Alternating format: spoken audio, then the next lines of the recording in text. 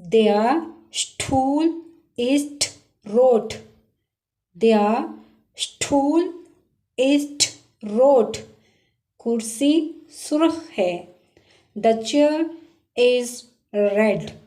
یہاں پہ یہ ورڈ یعنی اسٹول ماسکولین ہے اور اردو میں مذکر. Er ist schön. Er ist schön. وہ خوبصورت ہے. He is beautiful.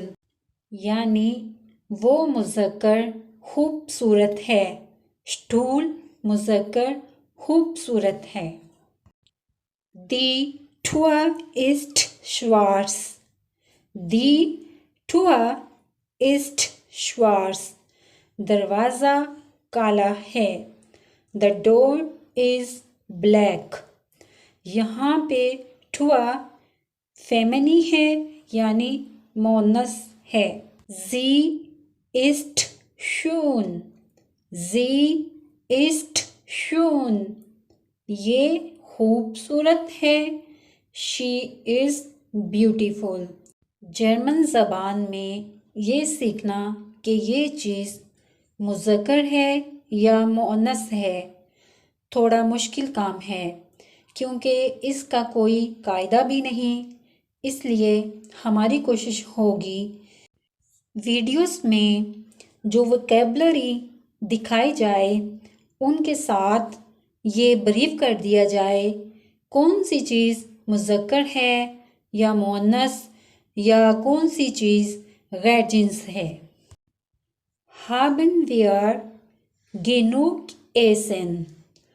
Haben wir genug Essen? کیا ہمارے پاس کھانے کے لیے کافی ہے. Do we have enough to eat? اب یہاں پہ wir جو ہے وہ پلورل فارم ہے یعنی haben wir genug Essen. Möchtet ihr Fußball spielen? Möchtet ihr Fußball spielen?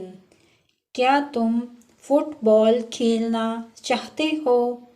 Do you want to play football? German زبان میں بڑا زی اس وقت استعمال ہوتا ہے جب آپ نے کسی سے ڈائریکٹ گفتگو کرنی ہو. مثلا تب آپ گرو سے ایس استعمال کریں گے یا بائی ریسپیکٹ یعنی ادب سے بات کرنی ہو. مثلا sind Sie Arzt? sind Sie Arzt? کیا آپ ڈاکٹر ہیں. are you doctor. Sie haben ein schönes Haus. Sie haben ein schönes Haus.